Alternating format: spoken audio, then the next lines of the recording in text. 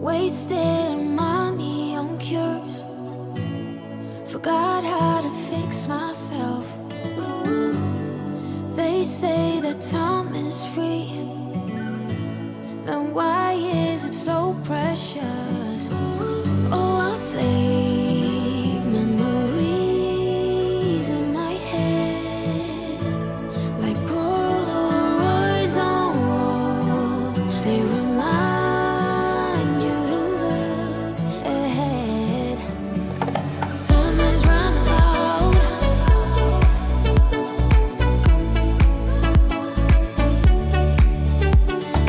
Time is running out.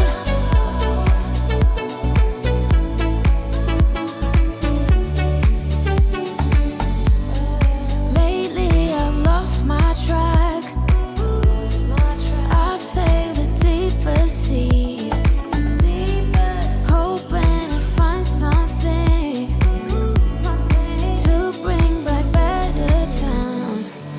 Oh, I'll say memories in my head, like Polaroids on walls. They remind you to look ahead. But time is running out. Time is running out. Time is running out. Time is running out. Time is running out. Time is running. Time is running out.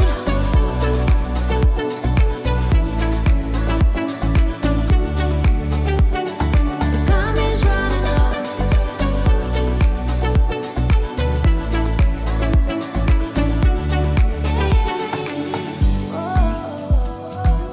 What if my best days are over? They can be over.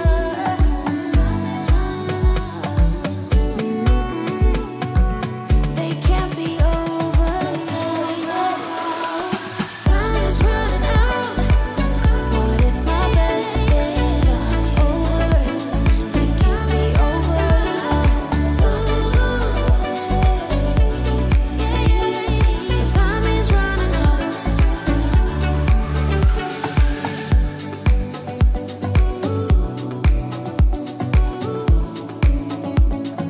Time is running out.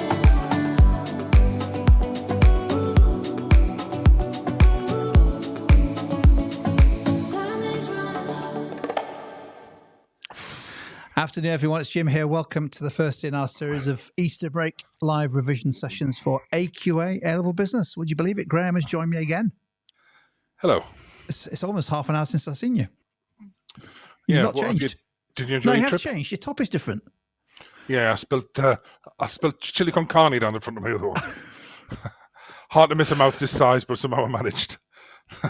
Anyway, moving on. yeah. So, AQA 3.7 today, the focus. There's a lot in there in the G. So, investment appraisal, Big old unit. economics, exchange rates, interest rates, all that kind of stuff. So we won't be able to cover it all, but in the next 30 minutes or so, we'll do as much as we can. Not the only time we'll be revising. Just whilst people are joining us live, a reminder that this session is being recorded, so you can catch up on it later. And, we've got 3 weeks today. We're on our way back to London town again, aren't we, for the final 4 days of our Grey Booster workshops. We have absolutely rammed the week before last in London. We've got 2 days at Stratford, 2 days at White City, 1 day each for AQA and EdXL. Then we move to the next venue.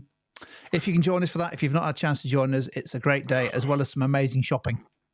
That's a picture of the screen, isn't it, from White City, I believe, on the corner It there? is, yeah. And if you were at the Grade Booster workshops this year before Easter, do you please tell us in the chat? That would be nice if you were, if you enjoyed it.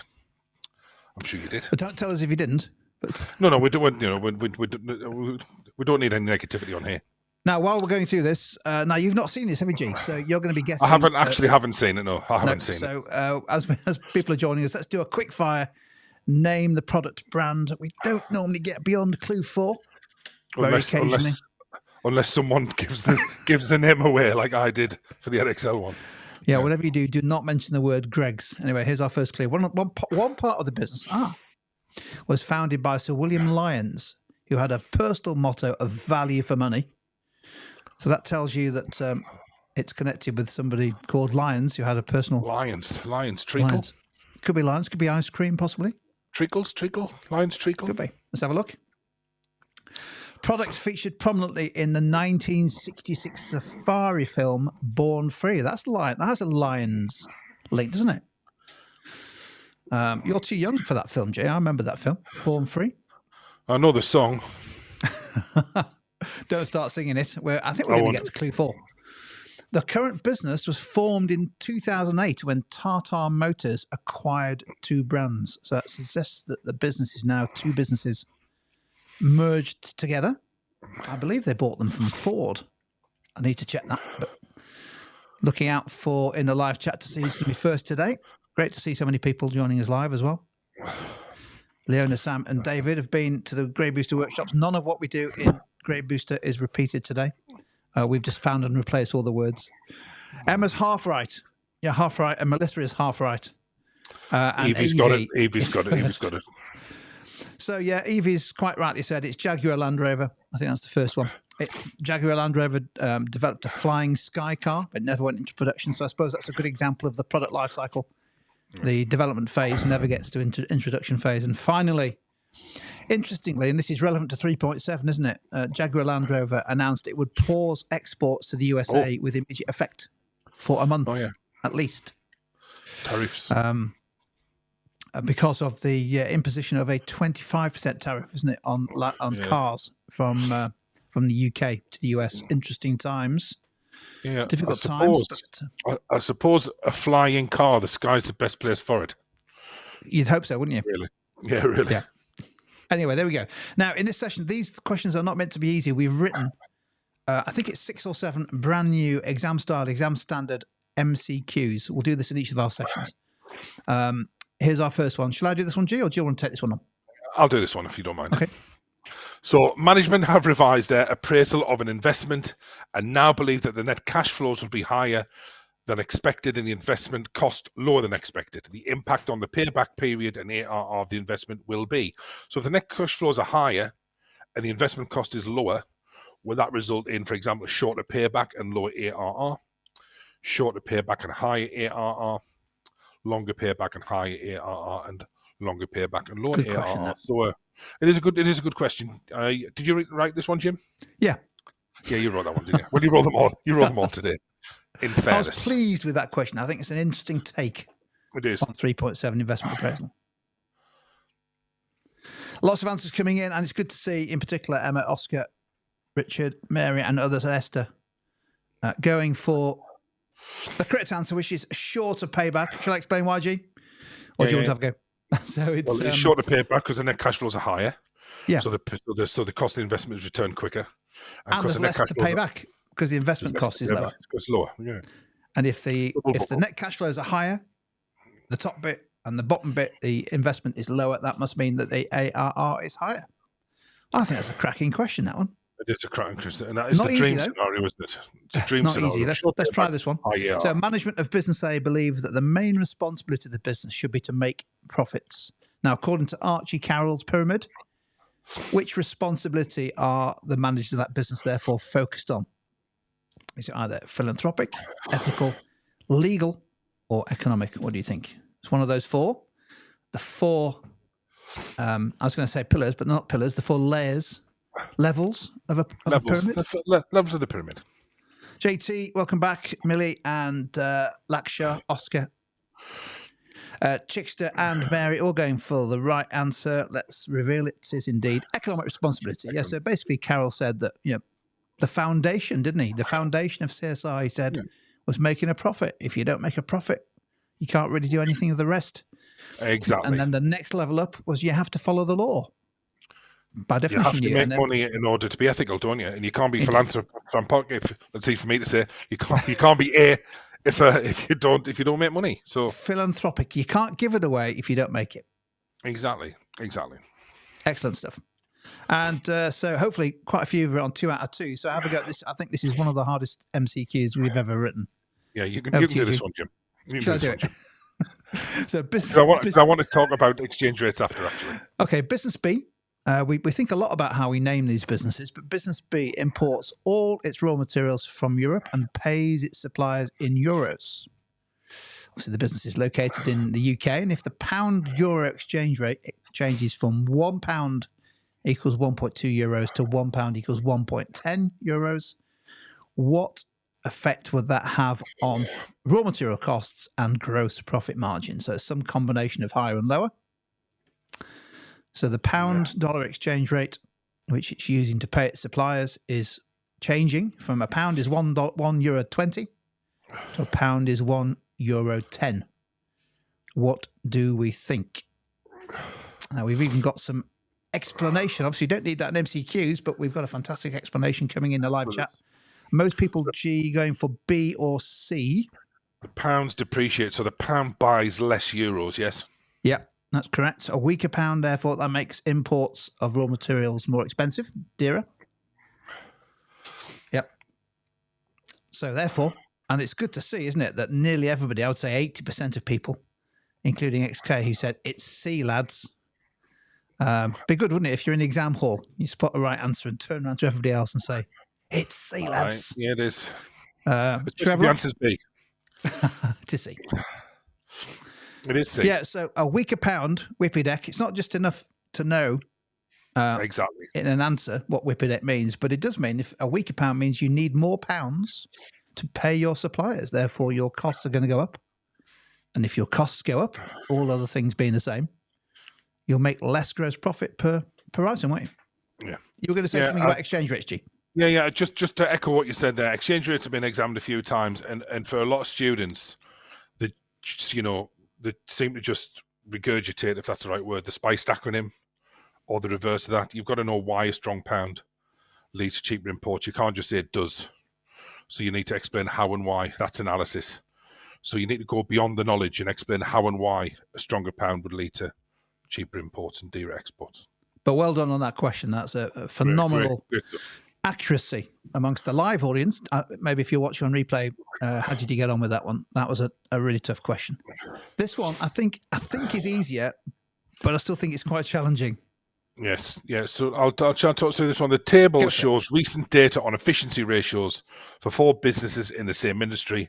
Based on the data alone, which business is managing its working capital most efficiently? So we've got 3, haven't we? 3 efficiency ratios. And it's a question of working out, I suppose, which is the most beneficial to the business. And I think it's easy to get confused, isn't it, about the difference between payables and receivables. If you don't understand what each one is, you're going to get the wrong business. That's for sure. So that's important, isn't it? Basically, yeah. You want to be receiving cash before you pay it out, don't you? Yep. Really? Yeah. I mean, it's transient, isn't it? It's fluid. So cash is coming in, cash is going out. But I think there is a standout business, isn't there, that seems to be doing best or top ranked for each of those 3. The question is to work out which one it is. And I thought this question would really, really stretch and throw a whole bunch of students, but I was wrong again. I'm going to have to try harder, G. The answer is indeed business D, isn't it? Because it has the highest payables days. It means it takes longest to pay its suppliers. Therefore, it's using its suppliers efficiently. It also has equal lowest receivables days, which means it gets its cash from customers in quicker than every other business. C and D are the same. But the inventory turnover is the killer, isn't it? It turns over its inventory many more times per year. Yeah. Therefore, holds less inventory. And the key line was there, businesses in the same industry, wasn't it? Yeah, and also if we look at business C, business C receivables is lower than payables, but only by 10 days, where business D is 20 days. So you know what? Try and use calculations to always support your answer. There's 20 days difference between the payables and receivables days compared to 10 days difference in business C. Yeah. So efficiency ratios, there's 3 of them, aren't there? Payables days, how long it takes on average you to pay your suppliers. Receivables, how long on average it takes you to get money in from your customers. And inventory turnover, how many times you use up your inventory. Yeah. The key thing was those are in the same industry, and therefore you can compare them. Whereas I think the danger is trying to compare businesses in different industries. They'll have different dynamics. Now, this one's a bit easier. using Porter's 5 forces model. I told you there's a lot in 3.7. Which of these combination of changes would most likely decrease the profitability of an industry? Porter's 5 forces model was all about that, trying to explain why some industries make higher profits than others. And of course, it can be used to help assess the competitive position of an industry and businesses within it. So what do we think? Some combination of higher or lower buyer power and entry barriers. Most people, JT, Emma, and others, going for higher buyer power and lower entry barriers. It is indeed C. Great work. So let's explain. Well done again. I mean, this is really impressive. So why is it C? Well, lower profitability of an industry would suggest that the industry is less attractive to those businesses in it. Well, that will be the case, wouldn't it? If there was higher buyer power, let's say, for example, suppliers to the industry maybe were able to use their bargaining power to perhaps to push down prices. That would be bad news for profits. And so too would lower entry barriers. The entry barriers preventing people from joining an industry are often a source of high profit margins. But if there's lots of new entrants to the market, that would normally result in lower profits. Yeah. Is that it? We've got one more. Do you want to do this one, G? Yeah, so fiscal policy involves decisions taken by businesses about taxation and government spending. The imposition of import quotas would lead to greater open trade. Are those statements true or false? We normally get 3 or 4 of these, don't we, in the 15 questions? I think we've only got one here today, but you have to read them quite carefully. Fiscal policy involves decisions taken by businesses about taxation and government spending. The imposition of import quotas would lead to greater open trade. Are those true or false? So I think, the lot are going for a D, aren't they? Yeah. Do you have a look? Yeah, it is D. So it's monetary policy. And it would, it wouldn't lead to open trade. It's classic protectionism, as we're seeing a lot in the news at the moment, aren't we? A lot in the news. JT's, it's fiscal policy. It's decision taken by government about taxation and government spending, not by businesses. And quotas and tariffs. Well, particularly tariffs are in the news, aren't they? Bad news if you buy and sell, particularly if you're trying to sell into the US. Bad news. Yeah. Lots to happen on that story. Now, we've got a little calculation here. So it's another MCQ, sorry. I was expecting to see a timer. So just using that table there, can you calculate one of the ratios that's in 3.7? This is return on capital employed. So you're going to need to know the formula for capital employed. Also to know what return to use. Well, I suppose that's a little bit easier. But just using that table, is it A, B, C, or D? Quite a few of those are plausible depending on how you use which numbers in a way. Yeah.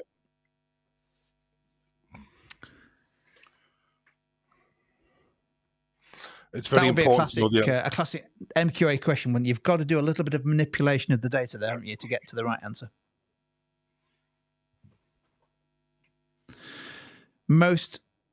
Actually interesting, isn't it? Interesting. Most going for C, making me think I need to check my calculations. So I might need to check this number. I think it's a different number. I agree with Jasmine and Richard and Mary. So most people going either A or C. Shall we have a look? It is indeed A. I believe it is 20% because capital employed is total equity plus non-current liabilities. And total equity is share capital plus reserves. Plus reserves. So we need to add all 3 of those together. That gets us to 2.15 million. And 430 divided by 2.15 million, I believe, is 20%. I believe it is. So I'll take A. I think maybe some people just took share capital as being the plus non-current liabilities rather than share capital and reserves. Yeah. Good stuff. Right, we've got a calculation, G. So do you want to take us through our investment appraisal calculation here? We do have a spinner on this, a clock on this one for a minute, don't we? Yeah. So 2 calculations: payback and average rate return. So we've got the net cash flows of a proposed investment, £8 million. Can you calculate the payback and the average rate return? With any calculation question in your exam, make sure, unless it's an MCQ, of course, that you're sure you're working out. That way, Yeah. even if you get the wrong answer, you can still get some marks. So you can choose to do one or either of these, or neither. Let's spin the wheel. Let's set the clock going. Let's see how many people can calculate one of those maybe in a minute, just over a minute. So Jane's asking, what's the formula equation for return on capital employed? Operating profit divided by capital employed times 100.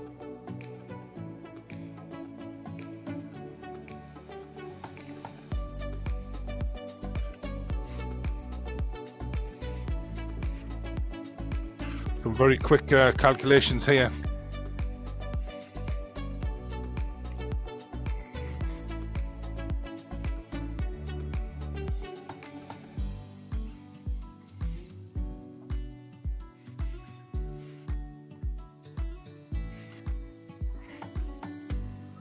Average rate return seems to be causing a bit more difficulty. Yeah.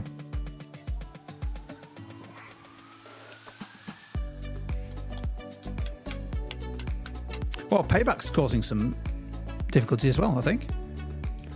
I've seen some correct ARRs coming in. Don't think, we'll check our numbers, of course. I don't think I've seen a correct payback yet. But we'll go through them. Esther and Fran have come back with a payback, which I believe is correct. And a number of others. Ahmed has also come back with what I believe to be the correct answer. Shall we have a look? Yeah. This emphasizes the importance of showing the process and the workings, doesn't it? So something like this would be a 3 or 4 mark question, wouldn't it? I think the ARR probably be a 4 mark question. Mm-hmm. But lots of people are getting ARR correct, and Millie's got them both. So I believe a payback is 3 years, 4 months. So let's just go through why that is. So don't forget, payback is the period it takes for your original investment to be recouped and repaid from the net cash flows. 8 million goes out at the start, and by the end of year 3, we've got 6 back, haven't we? Mm-hmm. So therefore, cumulatively, we're still 2 million down. We need to get 2 million more. Well, that's going to happen in year 4 because 6 million come in, but we don't need all 6. We just need 2 out of 6's worth. 1/3 of year 4. Therefore, 1/3 of year 4 is 4 months. Therefore, 3 years, 4 months. The ARR, the trick here, G, isn't it, is to add up the net cash flows, but to deduct the cost of the investment. Yeah, I always tell students to put the if you've got the net cash flows, put the initial investment as a minus figure at the start, then just add the net cash flows on, then you've automatically deducted it. If you didn't deduct the cost of the investment, you've calculated average net cash flow return, not the average rate return. Yeah, so if you did that, in some way deduct the cost of investment, I say you can do it at the start or at the end, that gets you to £4 million of net cash flow in. But of course, that's over 4 years. We need to divide by 4. So the average annual return is 1 million. There's another mark. Then we express that as a percentage of the investment as a percentage. And don't forget, if you didn't put percent, you'd lose a mark for ARR. And similarly, if you didn't express payback in terms of time, so if you just wrote 3.4, you probably would lose a mark, I think, G, wouldn't you? Definitely. Because it's not 3.4. But well done. I'm impressed that so many people got the ARR correct, which is good news, because that is traditionally the hardest of the 3 methods. Over to you, G. Okay, so Marks & Spencer follows a sustainability strategy called Plan A. Why? Because there's no Plan B, which has targets for environmental impact, planet, social responsibility, people, and financial performance, profit. Would you give us 2 benefits to Marks & Spencer of assessing overall business performance using the triple bottom line? Yeah, so I'll start the clock whilst people have a think about that. If some answers come in, I'll add them to the screen before we reveal a couple of suggested responses to that. It's often a topic that is poorly answered. Triple bottom line. Yeah. I think that's a fair point, isn't it? Brand image, you know. Definitely. It gives a more rounded view of business performance. Yep. And a lot of stakeholders, you know, look to those areas, don't they?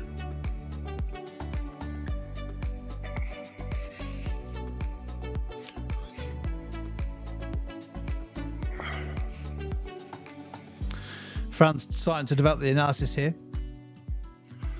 Yeah, I like that. It can reduce the price elasticity of demand, can't it? Make your products more, Yeah. People often buy products based on how sustainable they are, especially from a business that is showcasing its sustainability. Great. Some great answers coming through here. We'll stick a few more on the screen before we show you some possible solutions. JT, CSR, the triple bottom line is just one approach, isn't it? Yeah. Your broader responsibility to society is, and you can link that with the stakeholder concept, of course, which is an important part of this part of the specification, considering addressing the needs of different stakeholder groups, not just shareholders. But the line of argument here would be, for example, using sustainable energy. Good application for M&S's offices will mean increased positive perception of brand image. Might also reduce in lower costs potentially, which may encourage, nice hedging word, people to buy at M&S. Let's pick a couple more that are coming in. What's interesting is there's a few students asking what the triple bottom line actually is. Well, previously the bottom line was profit. Yeah. But now businesses have a more rounded way of assessing performance, and the bottom line is therefore tripled to people and planet as well. Tiffy's gone with helps. This focus on people, planet, profit helps to develop an initiative to reduce carbon footprint via packaging and delivery. So, in other words, it's a focus on that would be environmental impact, reducing the carbon footprint, which potentially improves their reputation. You've got to communicate what you've done, but they're very, very effective at doing that, aren't they?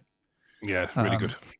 Fantastic. You see it at all of the checkouts as well, don't you? Behind them, what Plan A is and how they've achieved what they were aiming to achieve. Some great answers coming in. Should we just take students through the two that we came up with? Mm-hmm.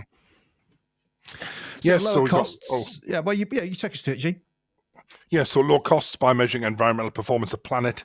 M&S has identified significant costs opportunities through energy efficiency, waste reduction, and resource optimization. So 750 million cost savings, that's one way to improve the business.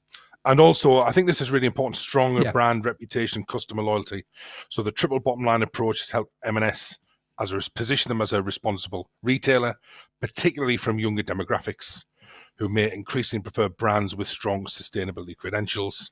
This may keep, hedging word there, keep customers' loyalty against strong competition from the likes of Tesco and Next, and differentiate the M&S brand based on values rather than competing on price. It's an important one, isn't it? Because there's some balance there. Is the triple bottom line just a way of, is it PR or is it just a way of trying to, build the brand rather than having anything? But actually, it has shown to result in a lot of cost savings there. I think also, particularly customers for whom that is important, it matters for them, and it does influence their buying decisions. So for them, it's more than greenwashing, isn't it? It's a genuine reason to buy, compared with maybe competing brands or operators that maybe are maybe more concerned about profit than about people and planet. So it's probably a complex decision, isn't it? It's more about just awareness rather than necessarily making a discrete decision each time you walk down the high street. Excellent stuff. We'll do a quick application spinner before we just guide our way through a 9 marker. And the application spinner this time is on the national minimum wage. So you are required to have an awareness of the main areas of environmental and legal and employment legislation. Nothing more than just an awareness of the main aspects of those. And I think something like the national minimum wage, I think is a good example of that, isn't it? Yeah. Of labour market legislation. So we've got 6 businesses listed there in different markets doing different things. So how would an increase in the national minimum wage affect one of those businesses? I'll spin the wheel, G, whilst you explain what the application spin is about for those who've not seen it before. Yeah, so what we'd like you to do is whatever it lands on is apply your answer to the business. Every business will be, affected differently. Trying to use the language of the industry or business in your answer. Yeah, so the answer should have something in it that is now about Cineworld and therefore not about Primark or Lidl. B&M Bargains. I was in B&M Bargains on Saturday, picking up some B&M Bargains, picking up some planters from my garden and some Wheaty Crunchies, which were on special offer. Oh wow! So I bought 2 packets of them. But the answer isn't how would B&M bargains be impacted by national minimum wage? We need to have some words that make it about Cineworld, and that's what we mean by the application spin up. So let's stick Matthias. Matthias. It's Anyway. a good point. That it's a good point. Great point. Yeah. The tickets for the movie might become more expensive. Yeah. The selling price, the ticket price might rise as a consequence of employees' cost rise. But the use of the word tickets for the movies. I suppose the extent of that does depend on price elasticity, whether how much of that increase they can absorb or pass on to the customer. But this is application, isn't it? And I see the words really tickets and movies, and I'm happy. Mary's gone all in with a similar but slightly more detailed, but had a few more seconds to type some answers out here. Oh, do you know what's really good? Which can increase the price of cinema tickets and popcorn. Perfect. It might also lead to redundancies through increased automation through ticket machines. What an answer that is. Wow. Yeah, they're taking over, aren't they, these self-service ticket machines, aren't they? They're taking over. Great answer. Popcorn, cinema tickets. Yeah. Good line of reasoning as well. Good stuff. Oh, these are brilliant. I'm just looking down. It's a good sort of answer from Mariska that some people, particularly those who are paid the national minimum wage, would have more disposable income. Oh, it's a great point, that, Mike. I mean, that is a phenomenal point. Movies. What an answer that is. That's phenomenal, because, you're thinking of the broader business issues there, aren't you? Yeah. That actually, if your wage goes up, discretionary income, you might decide to go to the cinema. You might still sneak your sweets in, but you might have more money to go to the cinema and purchase a ticket. Erin making the same point. Great points, those. I'd forgotten about the income side of things. I was thinking more about costs. More about costs. Just mentioning Cineworld isn't application, isn't it? Because it's in the question. Yeah. But using words like tickets, snacks, and just can we put EVs up as well, please? Yeah. Which one's so that? this EV about more motivated. So that's a great point. There we go. So it's a really good point. That if we were answering this in an exam, what would add even more value to that? It's a great answer would be to explain sort of why paying staff more money may lead to an increase in motivation. So we could sort of use Taylor, couldn't we? You could argue that Taylor may argue that actually paying staff more money may lead to increased motivation. Great point. But we can even make it better by adding a model or theory. I think I'd bring Hertzberg in there, wouldn't it? Because it's probably addressing a hygiene factor, isn't it? It could also, national minimum wage could also be a basic need as well, couldn't it? Yeah, no, it's true. Yeah, it's a bit of balance. And I suppose it all depends on like little pay above the minimum wage, don't they? Yes, they do. So it wouldn't affect them. So again, depends on factors. If used correctly, can add so much value to your answer. It all depends on stunning answers coming now. I just want to put a couple more. National minimum wages rise, which is true across the economy. Consumers may prefer to go to higher price competitors, such as, Graham, I knew you'd like this one, such as IMAX. Such as seasoning. Absolutely fantastic stuff. And it ties in with all the work, because we're never at cinemas, aren't we? We're never at cinemas, are we? I'm always slightly embarrassed to put my effort on, but I'll put it on anyway because I spent a good 2 minutes writing it. So how would it affect Cineworld? By increasing labour costs of employing ticket sellers and concession staff. Maybe stood behind the Ben & Jerry's concession. Albeit the staff there, they have a lot of job rotation, don't they? They do lots of different jobs. They do.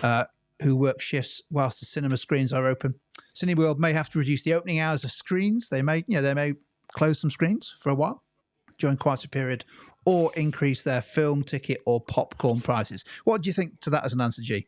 No, come on. I think it's really, really good. There's a lot of application there, such as seasoning. It's really good. And if you look at a business, with the increase in the national insurance and stuff, it's clear that most businesses will look to try and pass that on to their to cinema goers in the form of higher ticket prices. Yeah, if they can get away with it, and of course, it depends on in particular the price elasticity demand, isn't it? Excellent stuff. We've got a couple of minutes left. We're not going to ask you to write and answer this, but in these sessions, we are going to try to work our way through just the logic and unpicking some exam-style questions relevant, in this case, to 3.7. And we mentioned protectionism earlier. So let's unpick this question, and then I've had a go at an answer, and I'll let Graham mark it rather than AI. Let's get the real thing to market. and to go through the exam technique. So a UK public company exports 80% of its products to the US. How topical is this question? Very topical. Analyze how a move to greater protectionism might impact the market capitalization of the business. So what do we think? What is that question about? What do we need to demonstrate knowledge and understanding? We call it the start point. So what is the... and I notice a number of other people who've been on our CPD courses now doing videos on TikTok are copying us and calling it the start point as well. Analyze how a move to greater protectionism might impact the market cap. What do we think? What's it about? What do we need to show knowledge and understanding of? I'll give you a clue. It's protectionism, isn't it? It's how might protectionism in its different forms. Do you need to start with a definition of that? No. Should you? Not really. You can get the marks from writing what you write about protectionism to get the knowledge marks. The end point is therefore market. Thank you, Fran is spot on there. I'll just stick Fran's contribution on the screen. The start point is protectionism. The end point is indeed market capitalization. I think you have to be a bit careful with that because a lot of students default to an impact on sales or profits. We need to go a stage or two further to market cap. And it's relevant because we're told it's a UK public company. What's the wording? Well, we're told to consider the impact of greater protectionism. So we need to focus on that. And how many arguments do we need? Well, we only need one, really. Well, we don't. We only need one because we're just told to analyse how. So with that in mind, Jay, I think that sets us up, hasn't it? Do you want to sort of just take me through this response, your comments on it, and then how many marks you think you might get? Well, and then maybe in the live chat, give it a mark as well if you want to have a go before Graham announces. Yeah, so we'll just read through. One impact could be lower market capitalization due to low profits. So, no need to repeat the words of the question. Let's get straight to the point, which is low market capitalization due to low profits. And we need to explain how and why that's the case. The use of greater protectionism, for example, the imposition of tariffs is likely to, so that's a good hedging word there, is likely to reduce demand for the UK exports as customers in the US would have to pay more for the UK company's products when they import them. So we've got some application here. For example, the US price of importing British cars might be much higher, reducing the quantity of cars demanded. Consequently, so good logic, it's always good to use connectives as long as we're explaining how and why. Consequently, this could lower sales revenue for the UK company and possibly lower profits too. The share price of the company might subsequently fall in response to low returns from a market that currently generates 80% of sales volume, leading to a reduction in the market capitalization of the company. So that would get, 9 marks. But I think if it's really important to note that a lot of students, when questions like this have been asked before, don't always get to the end point. So some students will maybe stop at low profits when really the demands of the question is about market cap. Yeah, market cap, there's 2 steps, aren't there? Something's going to affect the share price. If the share price goes up or down, that's going to impact the value of the company. So, JT reckons it's 9, but AI would give it 8 out of 9. Interestingly, the latest version of the marking code for AI is giving 9 out of 9 for some answers. So, I've not yet put this answer through. I'm hoping it will be a level. I think it will be a level 3G, wouldn't it? What do you think? Well, yeah, the thing is, if you're hitting level 3s and level 4s, you're going to get a good grade. You're going to get a good grade. But out of 9, it's 9 marks. It's 8 or 9, I think that, isn't it? It's 9.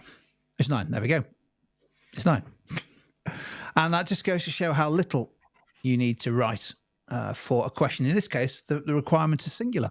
Analyze how. You don't need 2 paragraphs, and you definitely don't need a conclusion because there's no marks for evaluation. Anyway, we'll work our way through some more 9 markers. I'll also post a link to the live chat for I think we've written 60 or so new 9 markers, haven't we, for paper 1, covering all the new topics or topics that have greater emphasis in the spec for this summer. They're worth working your way through, even if it's just trying to unpick them.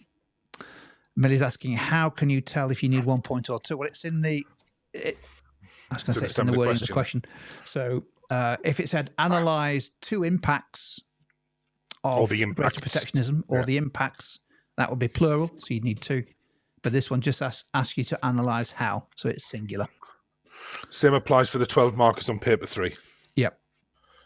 Some do say state 2, so you would have to or analyze 2. Sorry, so you'd have to analyze 2. But if it's just say analyze how or analyze why, then there is no need to write more than one paragraph. Yeah. Eve's asking where the where the new landmark is located. They're actually on the business blog. I'll post a link to the comments on this video, so that you can go have a look at those. There's also some new 25 markers as well. So, and the AI is ai.tutor2.net if you want to take a look at that. I mean, I think we've got some like 4,000 students using it now. So not a bad little thing to have a go at if you want to get some marking done over Easter. I think that's been an amazing session. I've been literally, oops. Oh, we've got. What's up, you both? I've been blown away by the standard for early doors at Easter. It's been amazing, hasn't it? Really good. I mean, it's very quick calculations as well. Great stuff. Yep. Great stuff. We will continue to raise the bar. I think now that we've set the standard, I think we keep it at this level. Hopefully, that's been useful for you. If you've enjoyed it, don't forget to give the session a thumbs up. Always appreciate that. We'll take a day off now. We're back on Wednesday and Thursday. We're doing 3.9 and 3.10, I think, before we move on to maybe some calculation specials and some tricky topics and that kind of stuff. So loads of opportunity for you to keep dipping in and out of AQA A-Level Business revision. And we always appreciate you joining us live if you can. Spread the word. It's the same time on Wednesday, I think, isn't it? Anything else to say before we sign off? Yeah. And if you come to the workshops after Easter, please do come up to us and say hello. And grab a pen. Good stuff. Right, awesome. Cheers, everyone. We'll see you on Wednesday.